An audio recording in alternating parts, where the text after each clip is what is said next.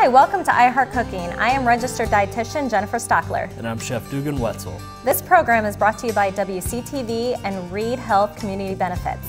Today on this program, we're talking about nut-free and tree nut-free, peanut-free recipes.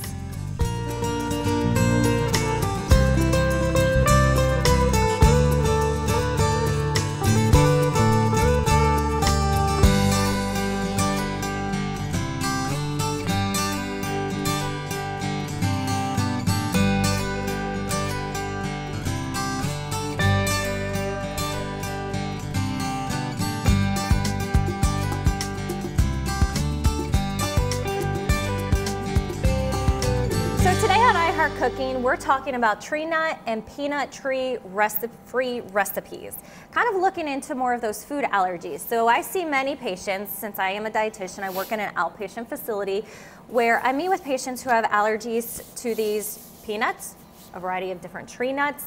So we're always looking outside the box, how can they get the nutrition or how can they still enjoy those favorite peanut butter recipes that we are typically associated with. So that's where we have a variety of different recipes. We're going to be making basically what I like to say, if you think of the holidays like Easter, Christmas, Reese cups. They make the Easter eggs, they make the Reese cup eggs, they make, I think, heart eggs. They make almost every single holiday shape. Every time. And so many people like them. But when you have a peanut allergy, you can't enjoy them. So we're actually making our own. So we're making our own, and we're using a product called Wow Butter.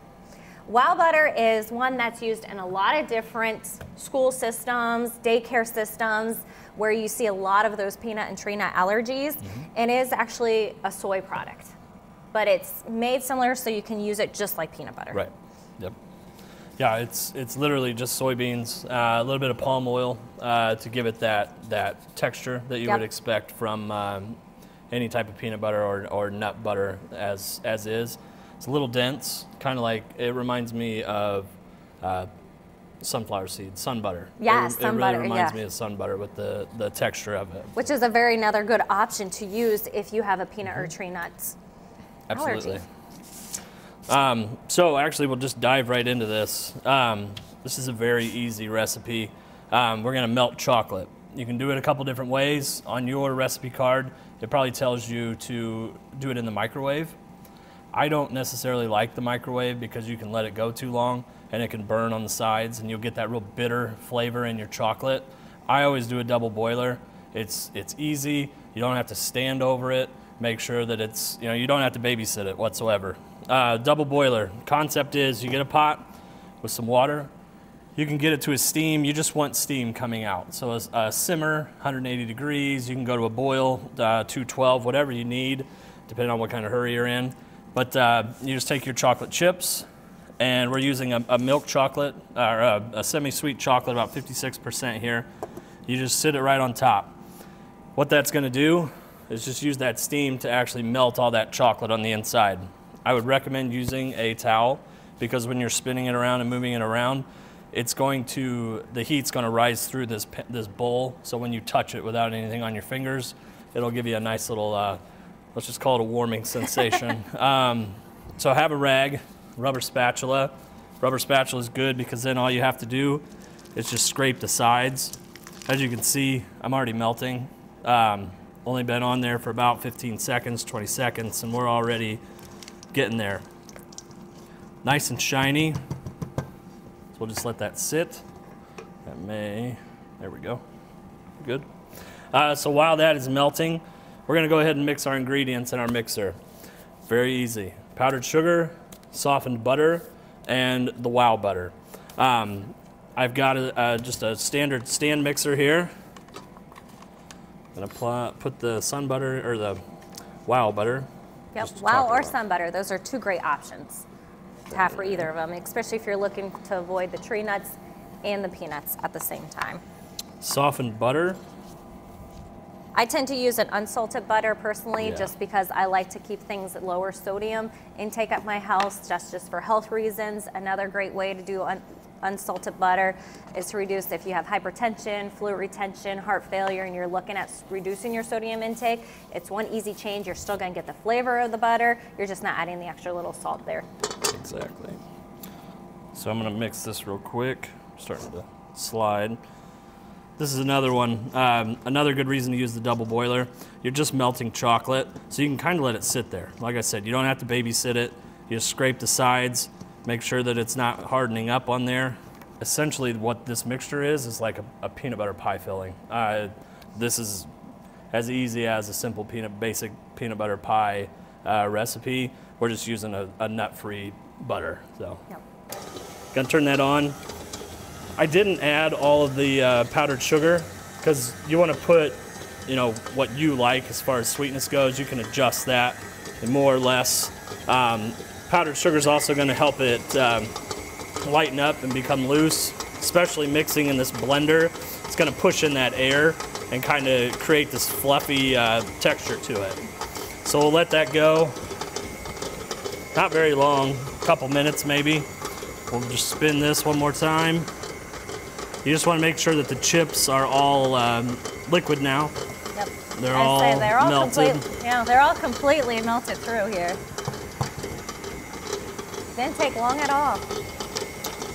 So we'll just go ahead and turn it off.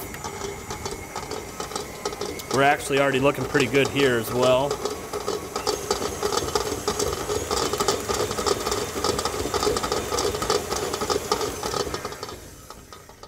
This is a good time. You can take it off of your mixer, get a spoon or something, kind of get a scoop, taste it, see if it's what you want. Yep. If it's the right sweetness, if it's got the right texture. This is a good time to kind of check and see if it's where you want it to be. From that, we're just going to say it tastes great, and then we're going to move on over here. See, our pan's a little warm. I went ahead, just to give you an idea, and started this process already. What I do is I just take a regular tablespoon that you have at home, get a couple spoonfuls. I slide it against the bowl so that there's nothing on the bottom. It's not gonna drip and you're gonna make an awful mess as you're doing this. And I put 2 of them in here to let that sit. You can put this in the refrigerator. If you're using a good chocolate, that's okay. If you're using a lesser quality chocolate and you put it in there, it's gonna weep. It's gonna get wet, it's gonna get cloudy, it's gonna get kinda, how when chocolate gets warm, it gets real sticky. So if you're not in a hurry, you can do this process and let it set out 15, 20 minutes and it'll firm up for you. But if you're using a gooder, that makes sense, a nicer quality chocolate, you can just put it in the refrigerator for 5 minutes and it'll firm up. What I did with the peanut butter stuff, the filling, I put it in a piping bag. You can put it in a Ziploc bag, whatever you have at home. You can cut the tip off. So what I do is after that's firmed up, I just take my filling and I squeeze it right there in the middle.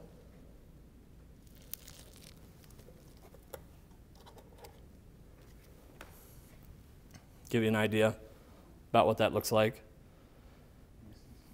So I will personally tell you at home, I tended to add more powdered sugar to mine just because if you've never had WOW butter, there is a little bit different of a taste. So I was kind of trying to grasp more of the sweetness that you would find maybe in a Reese cup, so I tended to add more powdered sugar. And it came out a little bit more thicker and not so creamy at that point. So what my kids, this is where they kind of joined in and helped. They were actually able to take that mixture of the WOW butter with the butter and the powdered sugar, and they were able to roll it into balls. And then we just put each ball into the middle of each cup. So again, it got them into the process, kind of knowing how to actually make one of those peanut butter cups. So mine at home personally, because I added more powdered sugar, I was able to do a little bit more like a ball form. And this right here is a little bit more, I guess, not that thick texture there. Yeah. It's a little bit looser. So again, it comes down to your preference and how it actually is going to turn out. And it's been sitting out for a little bit, so room temperature is always going to help with that too. It's like butter. You pull it out of the refrigerator, it's firm. The longer you let it sit out, it's going to get soft. Same thing with this mixture here. If you're having a hard time piping it or anything like that, you can just let it sit out for a little bit, and it'll pipe a lot easier. It's a lot smoother for you. So we've went ahead and did that. So we're going to get our spoon and just go right ahead. Same thing. just 1 or 2 tablespoons, depending on how much wild butter you put in there. Yep. Just over the top, just to cover it. And again, I scrape the bowl every time that I do this, so I don't have a trail of chocolate leading from the bowl to the pan here. Which happens at my house when I make these. My kids are helping. We have chocolate all over the countertop, I can and the imagine. floors. But they have fun making it, and I like showing them the process versus going to the store, picking up a package of peanut butter cups. They can actually say, hey, we made this, we know what goes in it. And I just like that they know that breakdown of it. And they're only 2 and 4. So I know after we made this a couple weeks ago, they actually went to school and were telling my daughter was telling her preschool friends, I made peanut butter cups. And they didn't, well, a lot of the kids didn't know what they're talking about. And the teacher kind of made a comment on her sheet home, hey, we heard you're cooking at home with your child. So it was just very cool to see that and how she responded to it and was sharing with others. So. Sure. Makes it fun, and it makes it fun when you're looking at upcoming holidays. Like my family and I, we always make homemade chocolates. So we make similar ones like this as well, but we use peanut butter. It's fun to make that and share it with family. It's also fun for like Easter time, making it and saying these are the chocolates and candies we made versus buying something that's bought. It has a little bit more love attached to that. Sure, absolutely. With this, you're already putting hot chocolate on top of here, so obviously hot chocolate is going to start melting everything. What I would recommend, pop this thing in the refrigerator, let it cool off just a little bit, even if your chocolate's not the best quality or whatever, just a couple minutes to knock the chill off of it.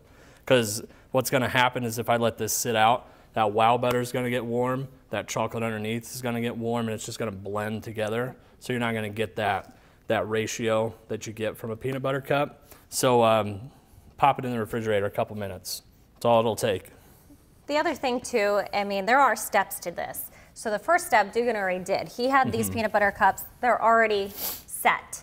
So by the time you put your wild butter in, if you had leftover chocolate and it still melted good enough to put in here, some of that heat will be escaped from it. Yeah. But if you have to reheat the chocolate to put the second layer on top of that wild butter, yeah, it's gonna, like he said, kind of melt all together. So it just depends if your chocolate's still good from before, how long these took to set up, that you might have to reheat that chocolate or reheat more chocolate for the tops of them. I'll tell you, start to finish, making the samples that you're going to have today only took about 15 minutes. So the chocolate's going to be fine, but like Jennifer said, if you have to reheat it, you've got your water already on here. Turn it back on, sit it on there, and it'll just remelt. It'll be fine. That's all you need to do with that. But for the most part, you're really probably not going to have to, because it doesn't take a long time to make these. So, yeah. I just know in my experience, I got distracted at home with the 2 to 4-year-olds. Sure. So it took a little bit more time. That can be understandable. And it does depend on the weather. If making chocolates, once you get into some of it, sometimes they talk about the dew point, the humidity, the type of day it is outside, and how the chocolate's actually going to perform or work well. So there's a lot more into it, but this is a really simple recipe. So you're basically making your own homemade chocolate, peanut butter cups. And we call these actually a no nuts peanut butter cup, just because there is no physically nuts attached to this. So any questions on the steps on how to do this process? Yeah, quick, easy, fun. So we'll kind of get this cleaned up, get ready for our next recipe, have all the participants try some of our no nuts butter cups, and we'll get started with that next recipe here shortly.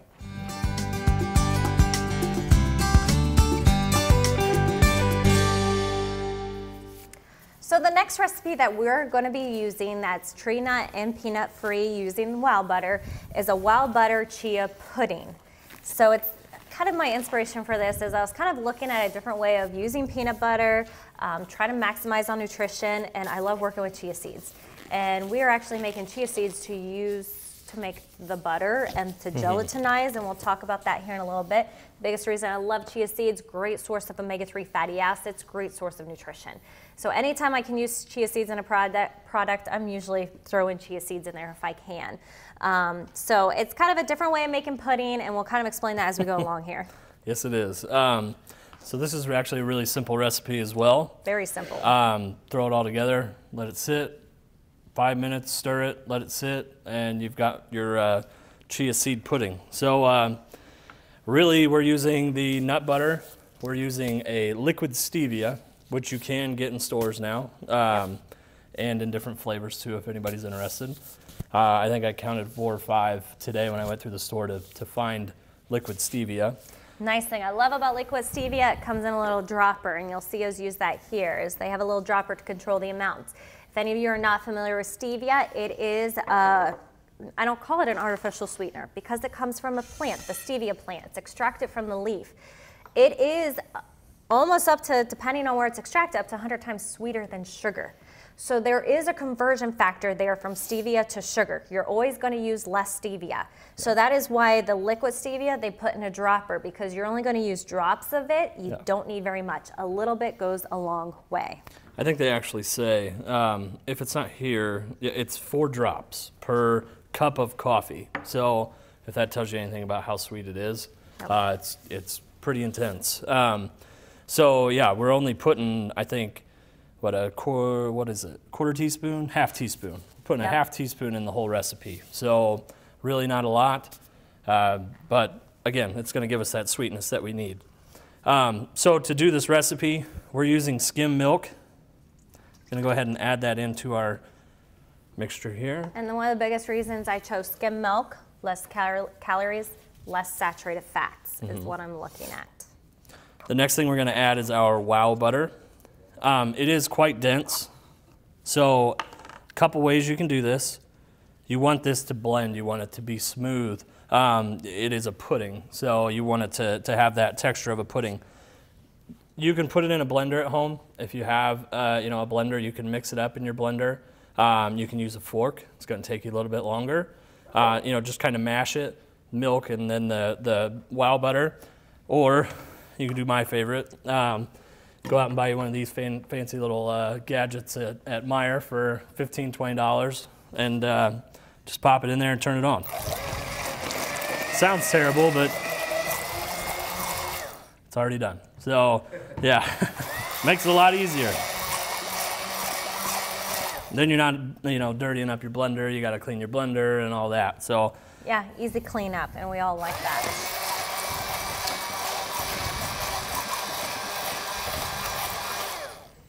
It's that simple.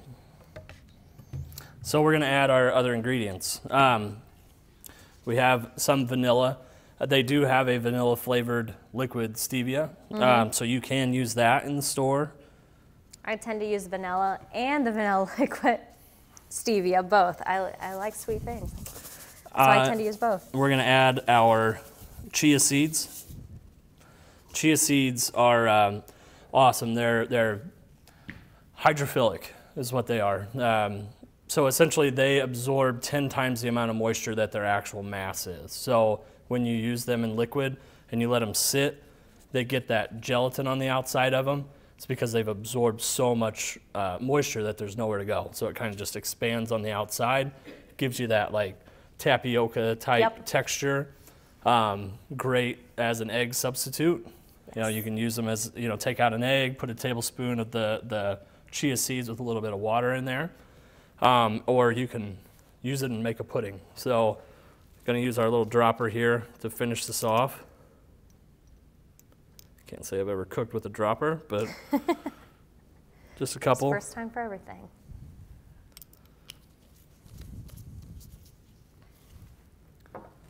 We'll just mix it up. After about 5 minutes, these chia seeds are actually going to start absorbing some of that liquid. You'll see it kind of thicken up. You'll bring it back out, stir it again so that it kind of incorporates and it spreads out to help thicken it up even more. With this recipe, we noticed, she made it and I made it myself. You may want to add a little bit more chia seeds to it just because we're not sure that it's the right volume. You may need a little bit more to get that pudding texture, that consistency. So I would say it tells you to add a half cup. You may actually add a full cup to it. So, nutrition-wise, it's not going to hurt anything. You're just getting more of those good omega-3 fatty acids is the big one. A lot of other good nutrients in chia seeds. It's just if you want that true pudding consistency, when I've made this, I've always had to add a little bit of extra. Now, it doesn't hurt not to have it. You could keep it a little bit more liquid and actually drink it. That's perfectly fine. It's gonna be more like a smoothie base. But just for that pudding consistency, it is gonna, you just add a little bit more. And do keep in mind, Duke can kind of mention this, with chia seed, it is gonna give you more of that bite and texture like tapioca. So it's not gonna completely dissolve that chia seed. You're gonna still taste it and kind of bite into it when you try it here. But very easy. I like this recipe because it's a quick snack, especially a quick snack for like afternoons. My kids get home from preschool, or you know, it's weekends and they want something. They're like, Mom, I'm hungry. This is great because I know they're getting a protein source, they're getting a little bit of dairy, and then we're adding the chia seeds, so I know it's a great source of omega-3 fatty acids, those good healthy fats, which we know, especially in young children, is great for brain development. So it's just a really good healthy snack that I'm okay with them having, and it doesn't have a lot of what we call added sugars to it. So I'm not adding sugar into it. We're adding the stevia, we're adding the vanilla extract to get the sweetness. So it's a go-to for our house. 5 minutes in the refrigerator, like I said, and then pull it out, mix it up, put it back in the refrigerator. 10-15 minutes, you'll probably be set. You can go longer than that, and it'll kind of set up a little bit more. But you're ready in an hour to serve it. So very easy, very fast, and we've already got it made up, so you can sample it today. We'll give it a try here, and then we'll get wrapped up and start with our last recipe we have.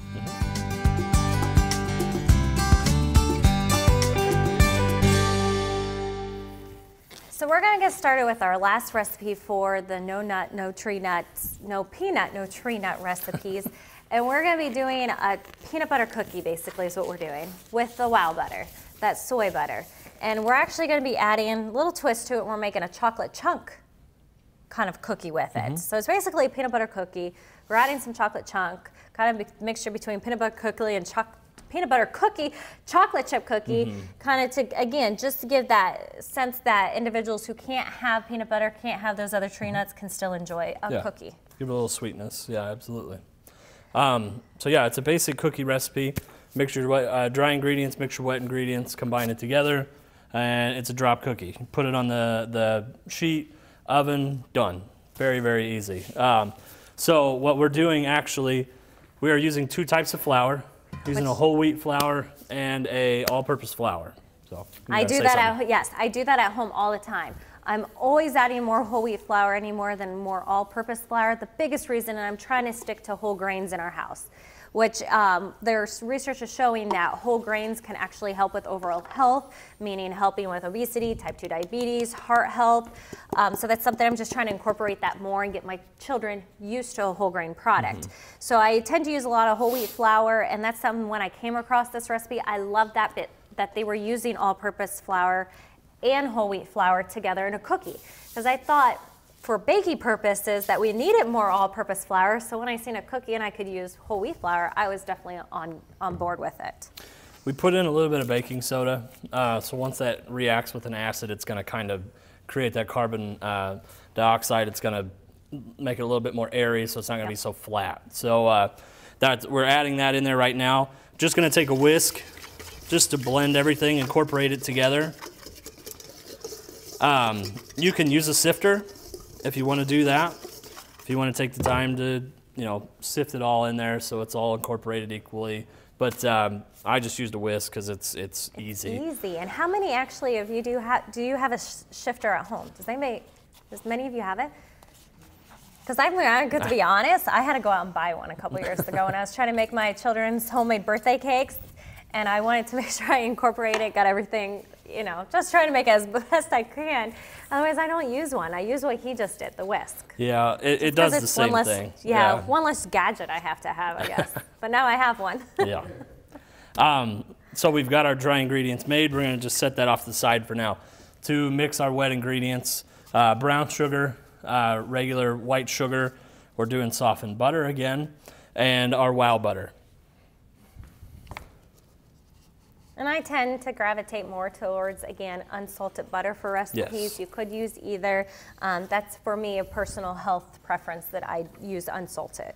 And yeah, if it's easier to add salt than you know, taste it and it's already way too salty. You can't really do very much to save it from there. So always good to use unsalted butter when you're cooking and baking. That way it doesn't, you know, overpower everything. So. And again, like I said, I have more of health preferences for that. I follow a low sodium meal plan. Many of you that have come to many cooking classes know that I talk about a lot of low sodium. Yes, there is a time and place where you do need to add salt to some foods, but it's just something I tend to gravitate towards myself. So we're gonna start low. If you turn this thing on high, you're gonna have white sugar going everywhere. Just kind of want to incorporate it, get the wow butter blended in with everything, get the regular butter blended in. Then we'll pick up speed.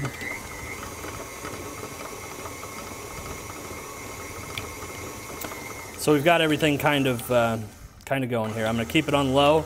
I'm gonna start cracking eggs, one at a time. Just add them in one at a time. Yep, 2 eggs for the recipe, and then we'll add a little vanilla here at the end too. There it is. You want it to incorporate fully. So that's why I'm doing it one at a time here. Just blend in so everything gets an equal amount of egg. Do one more.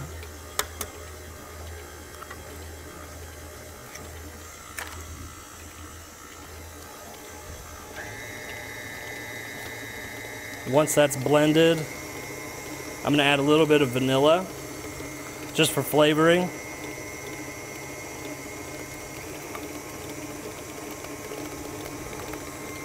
You want it to be nice and shiny, pretty loose, because you're gonna be adding the dry ingredients to it next. What this is doing by letting it go, you're kind of letting air get in there, incorporate it, and it's kind of letting it fluff up. Allowing it to be, you know, a fluffier cookie per se. So we'll put that down on low. And we're gonna just slowly add our dry ingredients into it. Let that incorporate.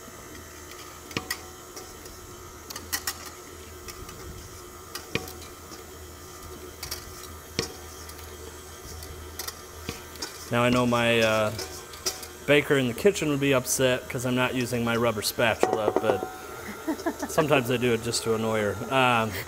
It's all in there. I'd be the same way at home. I'd be like, one less dish to wash later on. So what I'm gonna do, I'm gonna just take my rubber spatula, kind of break it off the paddle, scrape the sides, make sure everything's pretty well blended.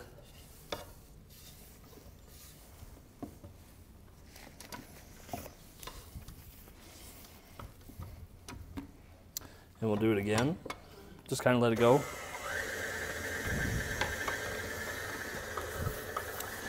You don't want to overwork it because it has all-purpose flour. So it could get really dense if you overwork it. So just want to incorporate it. Make sure everything is combined. Then we're going to turn it off. It says to fold in the chips, which is how I would recommend doing it. If you put them in with the mixer, it's going to just break those chips up. It's going to spread them out. You're not going to have chips anymore. It's literally going to be just a chocolate mass inside this wow butter here. So pop this off. Our spatula or paddle out. Chocolate chips go in. If you can find the chunks, I recommend that, just because nothing's better than eating a chocolate chip cookie and having one of those big chocolate chunks in there. I mean, these little chocolate chips or whatever, you know, they taste sweet and nice, but actually diving into a big old hunk of chocolate's never a bad thing, right? We all find comfort out of that. Yeah, and that's absolutely. Something. The recipe we did call for is dark chocolate. If you want to add dark chocolate there, you can. You could use milk chocolate at the same time. Either whatever your preference is. Okay. I will be honest. I really like milk chocolate, but what I have trouble with is milk chocolate. I tend to have a hard time stopping. So I tend to gravitate towards dark chocolate because dark chocolate, I just need a little bit and I'm satisfied. Oh yeah. Where dark chocolate, I could unfortunately keep eating and keep eating. I know this about myself, and that's what I call, if anybody's familiar with the term mindful eating, I was making a mindful choice knowing I'm someone, I gravitate towards milk chocolate, I tend to eat a lot of it, so I actually decided I'm gonna now only get dark chocolate because I can control my portion size without over consuming, and I still get to enjoy chocolate at the same time. So it's just making a mindful choice of how much to kind of control my amount. Yeah, absolutely. From that point, we have our batter. We're, mixed up, ready to go. Parchment paper on a baking sheet. We've got our oven set to 350. It says a tablespoon. I would recommend a tablespoon. They're not going to spread out very far on you because you're only going to bake them about 5 minutes, I think. Is that right? 13. Yeah, 13, yeah, 5 15, minutes is the cooling time. Sorry. They're not going to take very long. But just drop them on there. Don't have to press them down. Don't have to do anything to them. Just like that. You can get them somewhat close together because, like I said, they're not going to spread out very much. They're not going to spread very far apart. I mean, I could keep going, but you guys get the idea. That goes in the oven, 13, 15 minutes, and then you've got your cookies, your finished product here. So you can see they didn't really spread far apart compared to what you started with here. So you get a final cookie. Again, something that's nut-free, peanut-free, so anybody with any of those allergies can enjoy a cookie as well. So we'll start handing these out, see what you like, see if you like them. Thank you for tuning in to iHeart Cooking. We hope you enjoyed all the recipes that we had offered today. For more heart-healthy recipes, you can visit readhealth.org/iHeartCooking. We'll see you next month.